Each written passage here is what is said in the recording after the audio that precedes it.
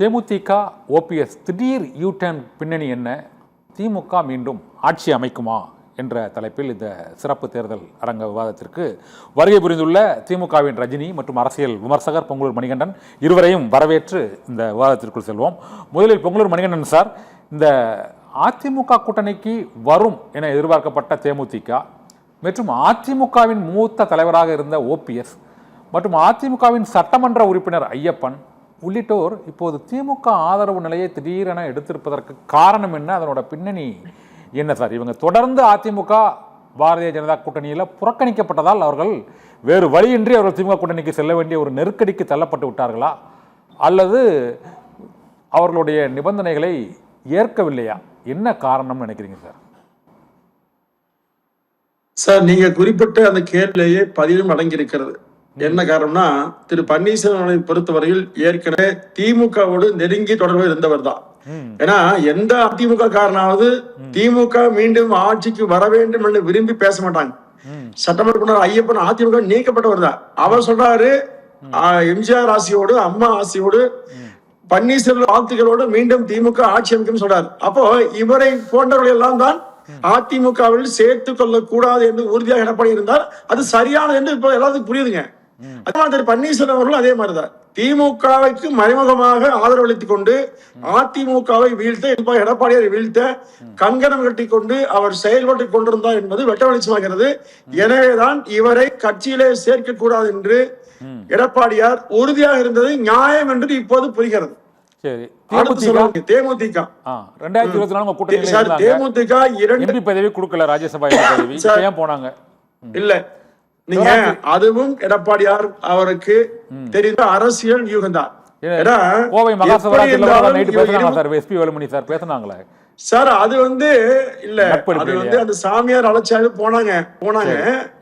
உண்மையில் பிரேமலதா விஜயகாந்த் அவர்கள் 2 மாதத்துக்கு முன்பாகவே ஒரு திட்டமிட்டு இருந்தார். அதாவது அவர் கல்லூரி விற்பனை விஷயத்துல திமுகவோடு நெருக்கமாக ஒரு தொகை பேசப்பட்டதெல்லாம் செய்தி வந்தது. அன்றைக்கே உறுதி செய்யப்பட்டது. இன்னும் சொல்லப்போனால் 24 நாடாளுமன்ற தேர்தல் முடிந்தவுடன் ராஜ்யசபா கொடுக்கப்பட்டிருந்தாலும் நிச்சயமாக அவர் 26 திமுக நோய் பயணிப்பார். ஏன்னா 2 தரப்பிலும் பேசக்கூடிய நம்பகத்தன்மை இல்லாத கட்சி தேமுதிக என்பது கடந்த காலத்திலே பார்த்தோம். 2021 வருஷமா 2011 இருந்து உங்க கூட தான் இருக்காங்க. நீங்க எப்படி சார் அவங்க திமுக கூட்டணிக்கு இதுல போனதே இல்ல? 2011 சார் 11 இருந்தாங்க. அதுக்கு பிறகு பாருங்க 16 இல்ல, அதுக்கு பிறகு 14 இல்ல, 19 இல்ல, அப்போ 24 வந்தாங்க. நீங்க இடையில பாத்தீங்கன்னா ஒரு கட்சியோடு சேர்ந்த பிறகு அடுத்த தேர்தல் தொடர்ந்து பயணிப்பதே இல்லை. ஒன்று. இரண்டாவது, திருமதி பிரேமலதா விஜயகாந்த் அவர்கள் மீது தொண்டர்கள் மத்தியிலும் சரி மக்கள் மத்தியிலும் ஐயப்படுகிற பல்வேறு கேள்விகள் உண்டு. அவர் அரசியல் செய்வதை வியாபாரம் செய்கிறார் என்கிற கேள்வி உண்டு. ஏற்கனவே துரை எடப்பாடி அதிமுக பொதுச் செயலாளர் எடப்பாடி பழனிசாமி இந்த தேர்தலுக்கெல்லாம் முன்பாகவே 2026 தேர்தலில் ராஜ்யசபா எம்பி பதவி அவருக்கு தேமுதிகவுக்கு வழங்கப்படும் என்று ஒரு அறிக்கையே வெளியிட்டாங்க. வெளியிட்ட அறிக்கையை பின்தொடர்ந்து அவர்களுக்கு இப்பொழுது அன்புமணி ராமதாஸ் கட்சி பாமகவை இணைத்ததால் தேமுதிகவை கண்டுகொள்ளாமல் விட்டுவிட்டார்கள் என்ற ஒரு குற்றச்சாட்டு கூறுது. கண்ணன் சாரி தொட்ட இடம் மிக சரியான இடம்.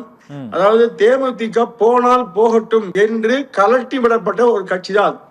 ஏன்னா 3 கோடி மதிப்புள்ள ஒரு இடத்தை 300 கோடி விலைக்கு திமுக வாங்குவதற்கான வாய்ப்பு வாக்கி எடப்பாடி தான். நீங்க ஏத்தி விட்டார் எடப்பாடி, விலை ஏற்றி விட்டுட்டார். டிமாண்ட் இருக்கிற மாதிரி அதிமுக அதை ஏற்கிற மாதிரியே இருந்து கொண்டு திமுகவை ஏற்க வைத்தது அதிமுக மிகப்பெரிய வெற்றி தான். சரி, இது எலெக்ஷன் முடிஞ்சா தெரியும்.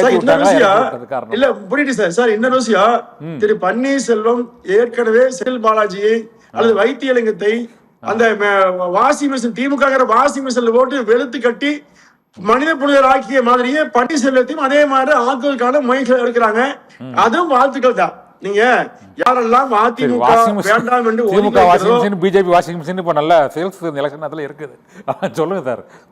இல்ல சார், பிஜேபி அதிமுக இல்ல சார், இல்ல கண்ணன் சார், திரும்ப அதிமுகவில் அவரை சேர்க்கவே முடியாது என்று பொதுச் செயலாளரால் அறுதியிட்டு உறுதியாக கூறிய பிறகுதான் திரு பன்னீர்செல்வம் திமுகவை ஆதரிச்சு பேசுகிறார் அப்படின்னு சொன்னா, ஏற்கனவே மனதில் திமுக மனப்பான்மை இருந்தது. அதனால்தான் அவரை சேர்த்துக் கொள்ள கூடாது என்பதில் பொதுச் செயலாளர் உறுதியா இருந்தார். தொண்டர்கள் இப்போதான் உணர்றாங்க ஏன் பன்னீர்செல்வம் வேண்டாம் என்பதில் பொதுவாக சொன்னா என்பது. எனவே பன்னீர்செல்வம் எடப்பாடி பழனிசாமி இது குறித்து பதிலளிக்கணும்னு கடைசியா அவர் தேனியில கொடுத்த பேட்டியில சொன்னார் சார். நீங்க தான் அவர் சேர்க்கவே முடியாது கதவு போட்டீங்க, என்ன பண்ணுவார் அவரு? கண்ணன் சார், அண்ணன் மட்டும் இல்ல, ஆளும் மன்னன் சொன்னாலும் அதிமுக சேர்த்துக் கொள்ளாது. ஏன்னா திமுக மீது சார், திமுக மீது அனுதாபம் கொண்டு திமுகவை மறைமுகமாக ஆட்சி கொண்டுவதற்கு அதிமுக இணைந்து கொண்டு அதிமுகவில் பயணித்துக் கொண்டு அதிமுகவை வீழ்த்துவதற்கான முயற்சி எடுக்க முயற்சித்தவர் பன்னீர்செல்வம்.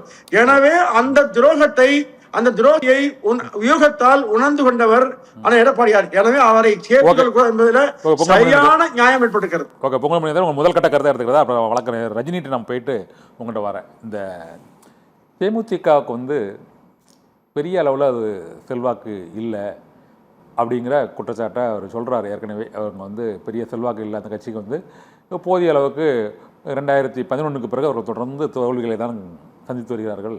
இந்த ஐபிஎல் ஏலத்தில் கிரிக்கெட் வீரர்களுக்கு அந்த ரேட்டை தூக்கி விடுறது போல் எடப்பாடி பழனிசாமி அவங்களுக்கு ராஜ்யசபா சீட் வழங்குற மாதிரி ஒரு அறிக்கையை விட்டு செல்வாக்கு இருக்கிற மாதிரி கடைசி வரை கொண்டு திமுகவிட்ட அதிக தொகுதிகளுக்கு அவர் ஏலத்துக்கு அனுமதித்து விட்டார் என்று பொங்கலூர் பழனிசாமி, பொங்கலூர் மணிகண்டன் சார் சொல்கிறார்.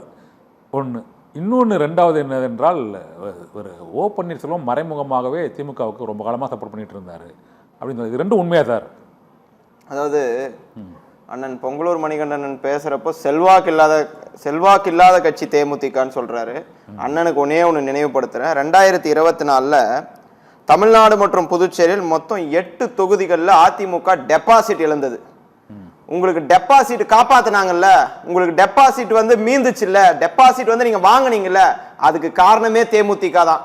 அந்த தேமுதிக இல்லைன்னா 40க்கு 40ல அதிமுக டெபாசிட் இழந்திருக்கும். எந்த தொகுதிகளில் தான் சார்? 8 தொகுதியில தான் மட்டும்தான் டெபாசிட் இழந்தது. அந்த தொகுதிகளெல்லாம் டெபாசிட் இழந்ததுக்கு காரணம் இல்ல, மத்த 32ல காரணம் மத்த 32ல டெபாசிட் வாங்கிச்சு பாருங்க. அந்த டெபாசிட் காப்பாத்தி விட்டதே தேமுதிக தான்றதை அண்ணன் புரிஞ்சுக்கணும். செல்வாக்கு இல்லாத கட்சியில ஏன் 2004ல போயிட்டு, அதாவது 2024ல போய் கூட்டணி வச்சுக்கிறீங்க? 2011ல உங்களோட அம்மையார் ஜெயலலிதா இருக்கிறப்ப ஏன் கூட்டணி வச்சீங்க? கூட்டணி வச்சு அவர்களை கூட்டணிகளா சேர்த்துப்பீங்க. இன்றைக்கு திமுக பக்கம் வர்றப்ப மட்டும் அந்த கட்சியை செல்வாக்கு இல்லாத கட்சி அப்படின்னு ஓரம் கட்டுறது. அவர் 2021 தேர்தலில் 0.43 தான் அவங்களோட ஓட்டிங் பெர்சன்டேஜ், 2.5 லட்சம் ஓட்டு தான் வாங்கியிருக்காங்க. இதுவே அண்ணன் விஜயகாந்த் அவர்கள் கட்சி தொடங்குற போது 2006ல தமிழ்நாடு ஃபுல்லா தன்னிச்சு போட்டிட்டாரு. அப்போ அந்த கட்சி வாங்கிய வாக்கு சதவீதம் 8.6%. சார், எப்பவுமே வாக்கு சதவீதம் எதை வச்சு நிர்ணயிப்பாங்கன்னா சேர்ற கூட்டணியை பொறுத்து. உங்க கூட சேர்ந்தா அப்படிதான் வாக்கு சதவீதம் வாங்க முடியும். இப்ப திமுக வந்திருக்கிறாங்கல்ல, பார்க்க தானே போறீங்க 2026 முடிவுகளை. தேமுதிக எவ்வளவு வாக்கு சதவீதத்தை வாங்குதுன்னு பார்க்க தானே போறீங்க. திமுக கூட்டணி எவ்வளவு வாக்கு சதவீதம் வாங்குதானே பார்க்க போறீங்க. அதே மாதிரி அதிக விலைக்கு வாங்கிட்டீங்களோன்னு வருத்தப்படுறாரு சார். விலைக்கு வாங்குறது, பொட்டி மாத்துறது, அதெல்லாம் அதிமுகவுக்கு கைவந்த கலை. பாஜகவுக்கு அது கைவந்த கலையான்னு தெரியாது. ஈடிய வச்சு மிரட்டி கூட்டணி கூப்பிடுறது, தேர்தல் அதாவது ஏதாவது கோர்ட்ல கேஸ் இருக்கானா அந்த கேஸை வச்சு மிரட்டி கூட்டணி கூப்பிடுறதெல்லாம் அது உங்களுடைய வித்தை. இன்றைக்கு எதையும் வச்சு பயந்தெல்லாம் யாரும் வர கிடையாது.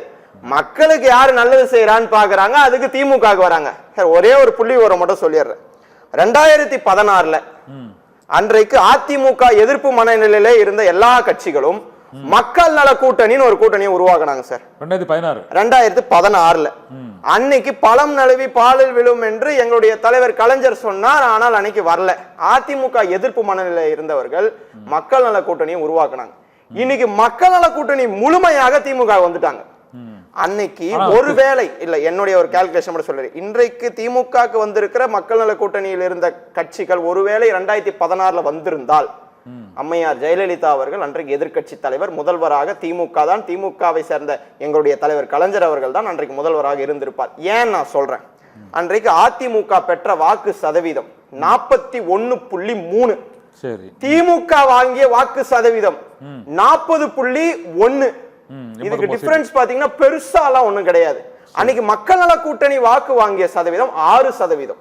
அன்னைக்கு அந்த 6% திமுக பக்கம் வந்துருச்சுன்னா, அதாவது அதிமுகவுக்கு அன்னைக்கு பேரடியா இருந்திருக்கோ. அன்றைக்கு அம்மையார் ஜெயலலிதா அவர்கள் எதிர்க்கட்சி தலைவராக இருந்திருப்பார். அன்றைக்கு காரணம் ஒரு கணக்கு. ஆனா இன்னொரு கணக்கு சொல்றாங்க. இல்ல காங்கிரஸுக்கு ஒரு 41 சீட்டு கொடுத்ததுனாலதான் அந்த 2016 தேர்தலில் அந்த தோல்வியை நோக்கி திமுக பின்னால இழுத்து.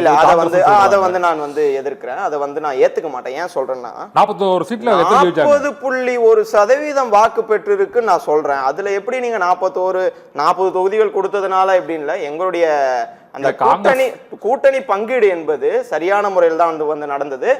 இந்த மக்கள் நல கூட்டணி அன்றைக்கு சேர்ந்ததுனால அன்னைக்கு ஆட்சி திமுக அன்னைக்கு தான் பால்ல தான் விழுந்திருக்கும். இன்னைக்கு தேன் கலந்த பால்ல விழுந்திருக்கு. நாங்க ஏன் தேனுன்னு சொல்றோம்னா 5 ஆண்டு கால ஆட்சியில மக்கள் எல்லாம் அந்த தேனை ருசித்து கொண்டிருக்கிறார்கள். அந்த தேனு எங்களுடைய திட்டம். இன்றைக்கு பாத்தீங்கன்னா எல்லா வீட்டுக்கும் அட்லீஸ்ட் ஒரு பயனாளி ஒரு திட்டத்திலேயாவது பயன்பெறுகிற பயனாளியே இன்றைக்கு நாங்கள் பெற்று இருக்கிறோம். ஆனா உங்க ஆட்சியில் அந்த மாதிரி இல்ல. ஸ்கூட்டர் கொடுக்குற நீங்க, கூப்பன் கோப்டெக்ஸ் கூப்பன் கொடுக்குற நீங்க ஒண்ணுமே செயல்படுத்தலையா. அதுக்காக தான் 2011 உங்களுக்கு எதிரான மனநிலையில இருந்தவங்களா ஒரு கூட்டணி போட்டாங்க. அவங்களுக்கே இப்ப தெரிஞ்சிடுச்சு அதிமுகவையும் பாஜகவையும் எதிர்க்கணும்னா திமுக தான் சரியான விடை. இவங்க ஏன் தேமுதிக பத்தி பேசுறாங்கன்னா, தேமுதிக ஈடியை கண்டு பயப்பு இல்ல, இன்கம் டேக்ஸ் கண்டு பயப்பு இல்ல. இந்த பழம் புளிக்கும் எட்டல புளிக்க. அதாவது இதெல்லாம் அவங்க ஏதாவது பேசிக்கிட்டாங்கன்னா விரக்தியில பேசுறாங்க. நம்ம கிட்ட வருவாங்க, ஒரு பெரிய கட்சி தேர்தலை முன்னிட்டு வரப்போகிறது. எங்க சார் வந்துச்சு? எல்லாம் திமுக நாடி வருகிறார்கள். உங்க சைடுல எதிர்கட்சியில இருக்கிற அதிமுகவை சேர்ந்த ஐயப்பன் இன்றைக்கு பேசுகிறார். சட்டமன்ற உறுப்பினர் அழகா பேசுறார். இன்றைக்கு நல்லாட்சி செய்து கொண்டிருக்கிறார் முதல்வர். மீண்டும் அவரே முதல்வரா வரணும். சரி, அவர் நாங்க கட்சியில இருந்து நீக்கிட்டோங்க, அவர் அதிமுகவே இல்லைன்னு கூட அண்ணன் மறுக்கட்டும். இன்னைக்கு பாஜகவை சார்ந்த ஏதாவது சென்னை மாநகராட்சியில ஒரே ஒரு கவுன்சிலர் தான். அந்த கவுன்சிலர் அம்மா பேசுறாங்க, என்னுடைய வார்டுக்கு திட்டங்களை அள்ளி தந்திருக்கிறார் முதல்வர். பாஜகவை சேர்ந்த ஒரு கவுன்சிலர் பேசுறாங்க திமுக பத்தி. அப்போ எதிரணியில இருப்பவர்களும் புகழக்கூடிய அளவுக்கு திமுக இருக்கு. அதே மாதிரி சார் தேமுதிக வந்ததா, ஒரு கூட்டணி கட்சி வந்ததா எல்லாரும் பேசுறாங்க. நான் எப்படி பாக்குறேன்னா, எங்க குடும்பம் ஒண்ணு சேர்ந்திருக்கு. 31/1990 விஜயகாந்த் மற்றும் அன்னியார் அவங்களுடைய அக்கா பிரேமலதா அவர்களுடைய திருமணத்தை நடத்தி வைத்ததே தலைவர் கலைஞர் அவர்கள் தான். அவர் திருமணம் மட்டும் இல்ல, அக்கா தமிழிசை அவர்களுடைய திருமணத்தை நடத்தி வைத்ததும் தலைவர் கலைஞர் அவர்கள் தான். அன்றைக்கு திருமணத்தை நடத்தி வைத்ததும் அவர் தான். திருமணம் நடத்தி வச்சு அவங்க எதிர்கூட்டணி போயிடுறாங்க. அண்ணா அறிவாலயத்தில் நடந்தது.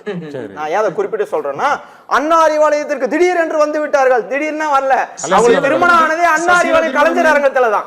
அதனால எங்க குடும்பம் ஒண்ணு சேர்ந்திருக்கு, எங்கள் குடும்பம் ஒற்றுமையா இருக்கிறத பார்த்து அதிமுக பதட்டமடையும், தூக்கத்தை இழக்கும், தூக்கத்தை துறப்பார்கள், எல்லாமே நடக்கும். உங்க முதல் கட்ட கருத்தா இருக்கிறதா பொங்கல் பண்ணிக்கிட்ட சார்? இது கல்யாணத்துக்கே அண்ணாரிவாளத்துக்கு போயிட்டாங்களா, இப்போ கொஞ்சம் லேட்டா வந்திருக்கிறாங்க அப்படின்னு தான் அவர் சொல்றாரு. இன்னொன்று தேமுதிக செல்வாக்கோட தான் இருந்தது. 2011 அவர் எதிர்க்கட்சி தலைவராகக்கூடிய அளவுக்கு அந்த செல்வாக்கு இருந்தது. அதற்கு பின்னர் பல்வேறு அரசியல் முடிவுகளால் அது பாதிக்கப்பட்டிருக்குன்னு சொல்றாரு. ஒன்று. ரெண்டாவது, எதிர்க்கட்சி உறுப்பினர்களே அதிமுக சட்டமன்ற உறுப்பினர், உசிலம்பட்டி சட்டமன்ற உறுப்பினர் ஐயப்பன் இங்கு சென்னை மாநகராட்சியில் பாரதிய ஜனதா கட்சி கவுன்சிலர், இவங்க பாராட்டுறாங்க. இதே போல் எங்களோட திட்டங்கள் பாலில் தேன் கலந்த மாதிரி மக்களுக்கு இனிப்பை கொடுத்துருக்குங்கிறாரு. உங்களுக்கு எப்படி சார், இனிப்பா இருக்கா கசப்பா இருக்கா சார் அப்படி இந்த கூட்டணி கட்சிகள்லாம் மாறி மாறி சேர்றது?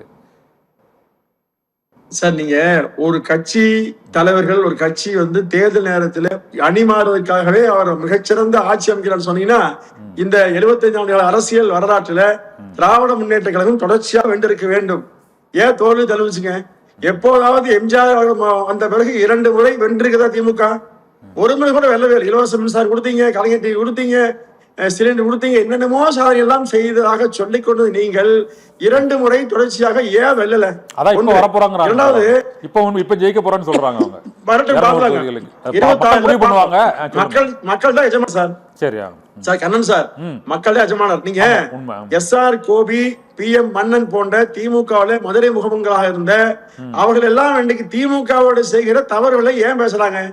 அந்த குடும்பத்தை தாண்டி யாராலும் ஒன்றுமே செய்ய முடியவில்லைன்னு ஏன் பேசுறாங்க? அப்போ இந்த குடும்பம் இன்றைக்கு தமிழ்நாட்டை சூறையாடி இருக்கிறது, மிக மோசமாக நடத்தி கொண்டிருக்கிறது. வழக்குகள்ல தொடரக்கூடியவங்க அதை நம்ம விவரிக்க வேண்டாம். சார் நீங்க இல்ல நீக்கி வைக்கப்பட்டவங்க ஒரு ஐயப்பன் பேசுவாரு, அதை சொல்றீங்க.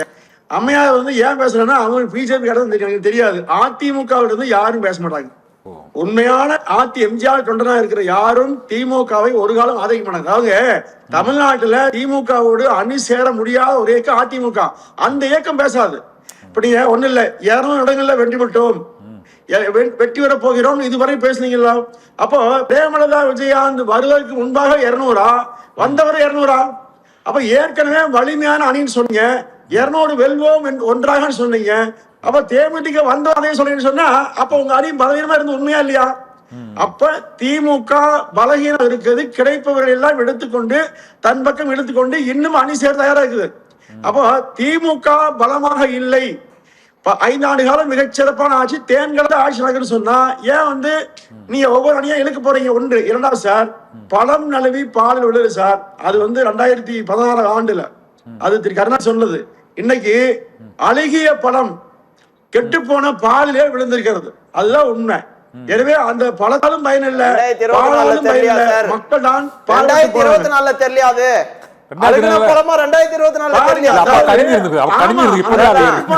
உங்களுக்கு டெபாசிட்ட காப்பாத்தி விடுதே அவங்க தான் சார்.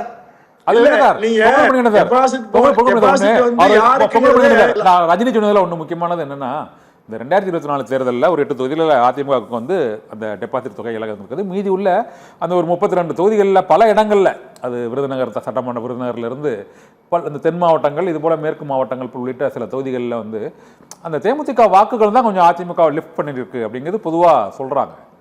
அதை நீங்கள் ஏற்றுக்கிறீங்களா சார்? சார் மேற்கு மண்ட சார் கண்ணன் சார், மேற்கு மண்டலத்தில் ஈரோடு எலெக்ஷன் நின்று வெறும் 500 வாங்கிச்சு தேமுதிக. அங்கே ஓட்டே ஆளே கிடையாது, கட்சியே கிடையாது. முதல்ல குறிப்பிட்ட ஒரு 4-5 மாவட்டத்தை தாண்டி தேமுதிக கட்சி உண்மை இல்ல. நீங்க தேமுதிக வெட்டின்னு சொன்னீங்கன்னா தேமுதிக நிச்சயமாக பேரம் பேசுகிற கட்சியாக எப்போ மாறி இருக்குங்க. 2021 தேர்தல அமமுகவோட சேர்ந்து அரசியல் வாங்குச்சு. பேரம் பேசாத கட்சிகள் எது இருக்கு? எல்லா கட்சிகளுக்குமே இந்த தேமுதிக இந்த 10-13 ஆண்டுகள்ல கடுமையான சார் திமுக மீது மிக கடுமையான ஊழல், குடும்ப பேரம், அதே லஞ்சம், அதே மாதிரி கஞ்சா, போதைப் பொருட்கள், இப்படிப்பட்ட ஆட்சி தான் திமுக கடுமையா பேசுறீங்களா? அப்ப அந்த ஆட்சி தரனால ஏன் தெரியாம போச்சு? அப்போ பிரேமலாவுக்கு இதுவரை மோசமா தெரிஞ்ச திமுக எப்படி சரியா தெரிஞ்சது? அதனாலதான் திமுகவுக்கு தேர்தல் நேரத்து அந்த ஓய்வெடுக்கிற பறவைகளை போல வருவாங்க போவாங்க. இதற்கெல்லாம் கவலைப்பட்டு அதிமுக கட்சி நடத்தது 2016 தனித்தே நின்று வென்ற இயக்கம் அதிமுக. அது போலத்தான் சட்டமன்ற தனித்து நின்று வெல்ல முடியாது. அது நாடாளுமன்ற தேர்தலில் அவங்க தனித்து மோடியா லேடியான்னு நின்னாங்க. இப்ப அந்த மோடி கட்சிகளோட 2016 சட்டமன்ற தேர்தல் சார், 2016 சட்டமன்ற பொது தேர்தலில் தனித்து 234 சார், இளையமன்றமே நின்றதுங்க 16ல. இது மாதிரி ஒரு முறை கூட திமுக நின்றதும் இல்ல வென்றதும் இல்ல. ஆனா அதிமுக வரலாறு உண்டு. ஏன் ஒரு விஷயம் புரிஞ்சுக்க, வேற கட்சி ஒண்ணுமே இல்ல. அதிமுக மதிக்கவே இல்ல. புறக்கணிதோ அவரெல்லாம் சொன்னாரு. கொஞ்ச நேரத்துக்கு முன்னாடி 2 கட்சிகிட்டே பேச்சுவார்த்தை நடத்துறாங்க, கண்டுக்கவே இல்லன்றாரு. இப்போ இதுல முரண்பாடா இல்லையா? திமுக மாதிரி 300 கோடி ரூபாய் பணம் கொடுத்து பேரம் பேச வேண்டிய அவசியம் அதிமுகவுக்கு இல்லை. கொள்ளையடித்து 9,000 கோடி சேர்த்து வைத்துள்ள திமுக யாரை வேண்டுமானாலும் விலை பேசலாம், வளைத்து போடலாம். ஆனால் அதிமுக அந்த அவசியமே கிடையாது. மக்கள் என்கிற பேராதரவோடு அதிமுக மிகப்பெரிய வெற்றியை நம்பிக்கை உண்டு. அதனால் துணிச்சலாக மக்களை சந்திக்க போறோம். திமுக தைரியமே இல்லை. வருகிற எல்லாம் அணைத்துக் கொண்டு வலிமையான அணி என்று பேசுறாங்க, அவர்களுக்கு தனித்த வலிமை கிடையாது. ஓகே, பொங்கல் அந்த கேள்வியை நம்ம ரஜினிகிட்டே கேட்கலாம். இது வந்து எங்களுக்கு அதிமுகங்கிறது நாங்கள் வந்து ஒரு பெரிய கட்சி, நாங்கள் தனித்தே நின்று பல தேர்தல்களில் வெற்றி பெற்றுவோம், அதனால் கூட்டணி கட்சிகள் எங்களுக்கு தேவையில்லை அப்படின்னு சொல்கிறாங்க. உண்மையிலே அது அதிமுக கூட்டணி வலிமையாக இருக்குதா? பொங்கலூர் மணிகண்டன் வந்து நம்புறாரு. ஒன்று. இன்னொன்று, ரெண்டாவது ஒரு கொஸ்டின் என்னென்னா, தேமுதிகவை பொறுத்தவரை அவர்கள் மீது வைக்கக்கூடிய ஒரு முக்கியமான விமர்சனம் வந்து என்னென்னா, அவங்க சிஏஏ அந்த குடியுரிமை திருத்த சட்டத்திலேருந்து இந்த ஜிஎஸ்டி வர மத்திய அரசுக்கு ஆதரவாக தான் அவங்க இருந்தாங்க. மறைந்த விஜயகாந்திற்கு ஒரு பக்க கட்டுரையே அந்த பிரதமர் நரேந்திர மோடி வெளியிட்டார். அது அப்போது உள்ள நிலை. நேற்று அந்த கூட்டணி இங்கே வந்து விட்டது. இருந்தாலும் கொள்கை ரீதியாக தேமுதிகவோ இல்லை ஓ பன்னீர்செல்வமோ, அவர் இன்றும் பிரதமர் நரேந்திர மோடியின் ஒரு தீவிர தேசிய ஜனநாயக கூட்டணி ஆதரவாக இருக்கக்கூடிய திமுக சார்பாக பேசக்கூடியவர். இவர்கள் இருவரும் திமுக கூட்டணியில் இணைவதால் கொள்கை சார்ந்த கூட்டணி என்று திமுக தொடர்ந்து அனைத்து மேடைகளிலும் முழங்கி வரக்கூடிய சூழ்நிலையில் தேமுதிக அந்த இதுக்குள்ள வருமா அப்படிங்கிற ஒரு விமர்சனம் வைக்கிறாங்க. நீங்க எப்படி பார்க்குறீங்க அதை? சார், முதலாவதாக இந்த கூட்டணி என்பது சீட்டுக்கான மோதலில் ஈடுபடுகிற கூட்டணி கிடையாது. இது கொள்கைக்காக உருவாக்கப்பட்ட கூட்டணி. அந்த கொள்கை கூட்டணியில் கொள்கை ரீதியாக தேமுதிக வந்திருக்குது. கட்சி பேரே தேசிய முற்போக்கு திராவிட கழகம். உங்களை மாதிரி அண்ணா பேர்ல கட்சி ஆரம்பிச்சுட்டு அண்ணாவை விமர்சிக்கிற போது வாயை மூடிட்டு இருக்கிற கட்சி எல்லாம் அது கிடையாது. அதெல்லாம் விமர்சிச்சா அந்த மாதிரி ஏதாவது போட்டு பார்த்தாங்கன்னா உடனே அங்கிருந்தெல்லாம் வெளியே வந்துருவாங்க. அண்ணா விமர்சிச்சதுனாலதான் அங்க 2024 அதிமுக கூட்டணி விட்டு வெளியே, அதாவது விமர்சிக்கிறப்ப வெளியே வருவோம், கொஞ்ச நாள் போகும், திரும்பி வந்துருவான். அண்ணா இருங்க, நான் பேசி முடிச்சேன். அதாவது பாஜகவோடு அதிமுக கூட்டணி வைக்கின்ற போது ஏற்பட்ட அதிர்வலைகள், அண்ணன் அன்வர் ராஜா வெளியே வந்துட்டார், நிறைய பேர் வெளியே வந்துட்டாங்க. ரொம்ப பின்னாடிலாம் போன வாரம் எங்களுடைய மாநாடு நடந்துச்சு, பிஎல்ஏ மாநாடு. அதுல முன்னாள் தொழிலாளர் நலத்துறை அமைச்சர் நிலோஃபர் கபில் சேர்ந்துட்டாங்க திமுக. அப்போ சிறுபான்மையினர், அதிமுக இருக்கிற சிறுபான்மையினர் இருந்து எல்லாரும் திமுக நோக்கி வராங்க. ஏன்னா அதிமுக பாஜக கூட்டணி அவர்களே ஏற்றுக்கொள்ளவில்லை. ஆனா இன்னைக்கு தேமுதிக தொண்டர்களாக இருக்கட்டும், திமுக தொண்டர்களாக இருக்கட்டும், மகிழ்ச்சி கடலில் ஆழ்ந்திருக்கிறார்கள். அதற்கு காரணம் ஒரே ஒரு எடுத்துக்காட்டு தான் சொல்றேன். இன்னைக்கு அண்ணன் கேப்டன் விஜயகாந்த் இல்ல, அவர்கிட்ட பார்த்த துணிச்சல், அதாவது 2012 பிப்ரவரி மாசம் அம்மையார் ஜெயலலிதா அவர்களை கூட்டணியில இருந்தாலும் எதிர்த்து நின்று பேசினார் சட்டமன்றத்துல. அந்த துணிச்சல் அவருக்கு பிறகு யாருக்கிட்ட இருக்குன்னு பாக்குறாங்க. இல்ல ஒன்றிய அரசு, பிரதமர் மோடி அவர்களும் உள்துறை அமைச்சர் அமித்ஷா அவர்களும் எவ்வளவு வன்மத்தை தமிழ்நாடு மீது கக்கினாலும் துணிந்து நின்று வெல்வோம் ஒன்றாக என்று ஒற்றை வார்த்தை வைத்து அதாவது எங்களுடைய கொள்கைக்கு எதிராக எந்த திட்டத்தை செயல்படுத்த இங்க வந்தாலும் அதை எதிர்த்து நின்று போராடுகிற ஒரு போராளி தான் முத்துவேல் கருணாநிதி ஸ்டாலின். அதனால இன்றைக்கு அந்த துணிச்சல் மிக்க ஒரு முதல்வரை பார்த்து தேமுதிக தொண்டர்களே நாங்க ஆசைப்பட்டு, அதே மாதிரி அக்கா பிரேமலதா சொல்றப்ப தெளிவா சொல்லியிருக்காங்க, இது நாங்க எடுத்த முடிவில்லை, 50 மாவட்ட செயலாளர்களுக்கும் மேல இவர்களோடு தான் கூட்டணி வைக்கணும் என்று முடிவெடுத்திருக்கிறோம். அந்த மாதிரி அதிமுக எடுத்துச்சான்னு எனக்கு தெரியாது. அது ஒரு ஸ்ட்ரக்சரலா வராங்க, யாரு கூட கூட்டணி வைக்கணும்னு அவங்க மாவட்ட செயலாளர்கிட்ட கேட்டு வராங்க. இன்னைக்கு இந்த கூட்டணி வந்த பிறகு ஏன் பதட்டம்ன்றதுக்கு ஏன் இவங்க பதறாங்கன்னா, நானே யோசிச்சு பார்த்தேன், ஏன்டா அதுன்னா கூட்டணி வராங்க இவங்க ஏன் பதறாங்கன்னா, அதாவது திராவிட முன்னேற்ற கழகத்துக்கு பிஎல்ஏ லிஸ்ட் கொடுத்தாங்க, பூத் லெவல் ஏஜென்ட்ஸ். அதுல திமுக பாத்தீங்கன்னா 68,260, அனைத்து இந்திய அண்ணா திராவிட முன்னேற்ற கழகத்துக்கு 67,462, தேசிய முற்போக்கு திராவிடர் கழகத்துக்கு 36,744. திமுக அதிமுக அடுத்தபடியாக தேமுதிக பூத் லெவல் ஏஜென்ட்ஸ கொண்டு இருக்கிறாங்க. பிஜேபி தேசிய கட்சி, நான் மாநில கட்சியை சொல்றேன். மாநில கட்சிகள்ல திமுக அதிமுகவுக்கு அடுத்தபடியாக இவர்கள் தான் இருக்கிறாங்க. அதனாலதான் இவங்க இப்ப பேசுறாங்க, நீங்க வழி மேல விழி வச்சு வருவாங்களா, நம்ம கிட்ட வந்துருவாங்கன்னு பார்த்து இருந்தவங்க தான் நீங்க பேசுறீங்க. பாமக உங்களை விமர்சிக்காதே இல்ல, ஐயா ரோசையா கிட்ட போய் புகார் கொடுத்தாங்க, இவங்க ஊழல் பண்ணிருக்காங்கன்னு. அதே மாதிரி இது பன்வாரிலால் புரோஹித் கிட்ட கொடுத்தாங்க, அதாவது நீங்க பண்ண ஊழல நாங்க ஊழல் பண்ணல, ஊழல் பண்ணா நாங்களும் காசு கொடுத்து கூப்பிடுவோம், திமுக தான் காசு கொடுத்து கூப்பிட்டு வராங்க. இதெல்லாம் சும்மா நீங்க பேசிட்டே இருங்க. நீங்க பண்ண ஊழல அன்புமணி ராமதாஸ் சொல்றாரு, ஒரு கவுன்சிலருக்கு கூட தகுதி இல்லாதவர் எடப்பாடி பழனிசாமின்னு நான் சொல்லல, அண்ணன் அன்புமணி ராமதாஸ் சொல்லி இருக்காரு. அதெல்லாம் போய் முன்னால சொன்னார்ல சார், சொன்னார்ல, உங்களை பத்தி தானே சொன்னாரு. நிறைவா வரவங்கிட்ட வர அந்த பொங்கல் பண்ணி நிறைவா சொல்லுங்க. நம்ம இந்த விவாதத்தோட நிறைவு பகுதிக்கு வந்திருக்கிறோம். நிறைவா தேமுதிக அவங்க கொள்கை கூட்டணி, அங்க அதிமுகவும் பாஜகவும் முறையே அந்த கொள்கை முரண் இருக்குது, அது தேர்தல் களத்தில் ஜெல் ஆகாது, அந்த வாக்குகள் டிரான்ஸ்ஃபர்மேஷன் நடக்காது அப்படிங்கிற ஒரு முக்கியமான குற்றச்சாட்டை அவர் சொல்றாரு. உண்மையிலே அதிமுக பாஜக கூட்டணி அந்த தொண்டர்கள் மத்தியில் இன்னும் அந்த ஒருங்கிணைப்பை ஏற்படுத்திருக்குதான் நினைக்கிறீங்களா சார்? முதல்ல என்ன கொள்கை தேமுதிகவுக்கு இல்ல சார், என்ன கொள்கை தேமுதிகவுக்கு, என்ன கொள்கை திமுக சொன்னா நம்ம பொறுத்து பார்க்கலாம். மதசார்பற்ற மதசார்பற்ற செக்குலர் கூட்டணியா மதம் சார்ந்தவர்கள் யாருமே அணியில் இல்லையா? சாதி சார்ந்தவர்கள் யாருமே அணியில் இல்லையா? யார் இருக்காங்க சொல்லுங்க சார். மதம் சார்ந்து சாதி சார்ந்து வேட்பாளர் நிறுத்த இல்லையா? இல்ல சமூகநீதி பேணி காக்கிற திமுக யாருமே இல்ல சார். சார் சொல்லிக்கலாம், பேர் வச்சுக்கலாம், நான் கூட சொல்லிக்கல சார், நான் கூட வச்சுக்கலாம் சொல்லிக்கலாம். ஆனா அது ஆத்மாத்மா செயல்பட்டாதான் முக்கியம். சமூக நீதினா ஒரு குடும்பம் தான் ஆளுது. முதலமைச்சராக தலைவராக அந்த குடும்பத்தை தாண்டி யாரும் போக முடியாது. சமூக நீதி உள்ள பெண்ணுரிமைன்னு சொன்னா பெண்களை அடிமையா வச்சுக்கிறாங்க. பெண்களை யாரும் மதிக்கிறது இல்ல. பெண்களுக்கு பண்ற சித்திரவதை பூரா தெரியும். அப்ப என்ன சொல்றீங்க? என்ன கொள்கை? அதாவது மாநில உரிமை மாநில கொள்கை என்ன? மாநில பாஜகவை எதிர்க்கிறாங்க. பாரதிய ஜனதா கட்சி எதுக்காக சிஏஏ எதிர்க்கிறாங்க, ஜிஎஸ்டி மாற்றத்தை எதிர்க்கிறாங்க, தப்பு வரையத்தை எதிர்க்கிறாங்க.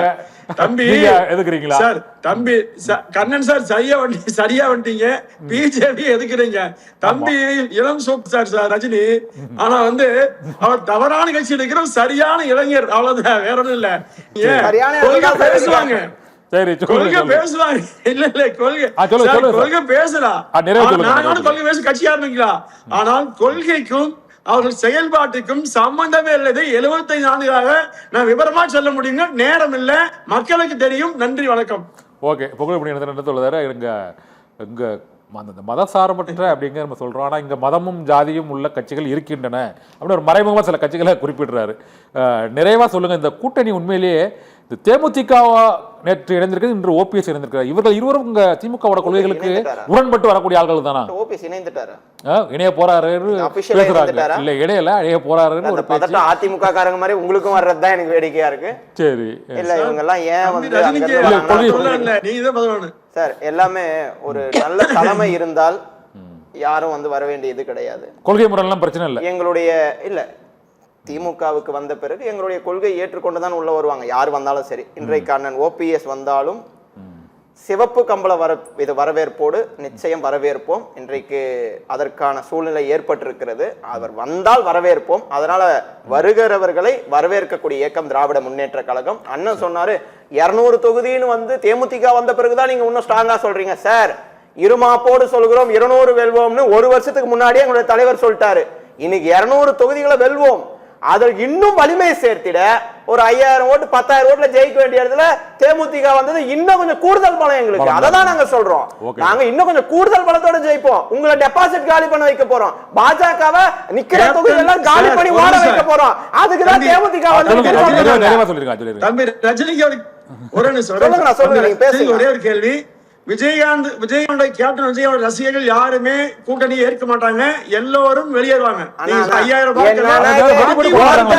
பேசுற ஏதோ ஒண்ணு பேசிட்டு இருக்கீங்க, எல்லாம் சந்தோஷமா இருக்காங்க. எனக்கே நிறைய பேர் தொடர்பு கொண்டு வாழ்த்துலாம் சொல்றாங்க. அதாவது நல்ல கூட்டணி அமைத்திருக்கு, ஏற்றுக்கொள்ளாதவர்கள் தூக்கத்தை இழப்பார்கள். தூக்கத்தை இழந்து கொண்டு தேர்தல் வரை உங்களுக்கு தூக்கம் கெட்டுருச்சு. தூக்கம் இல்ல, துக்கம் வரும். தூக்கம் வராது, துக்கம் தான் வரும். உங்களுக்கு ஆசை இருக்கு 2வது டைம் திமுக ஆட்சி இதுவரை வந்ததே இல்லைன்னு. அந்த பொங்கலூர் மணிகண்டன் 2வது முறை ஆட்சி அமைச்சதான் நீங்களும் பார்க்க போறீங்க, நானும் பார்க்க போறேன். சரி, நன்றி. இந்த ரஜினி அதிமுக பொங்கல் பண்ணிருந்தாரு. தூக்கமா துக்கமா என்பது 2026 தேர்தலில் தெரிய வரும். இந்த விவாதத்தில் கலந்து கொண்ட ரஜினி அவர்களுக்கும் பொங்கலூர் மணிகண்டன் அவர்களுக்கும் மிக்க நன்றி. தேர்தல் சதுரங்க நிகழ்ச்சியில் மற்றொரு ஆளுமைகளோடு மற்றொரு தலைப்பில் சந்திக்கலாம். நன்றி.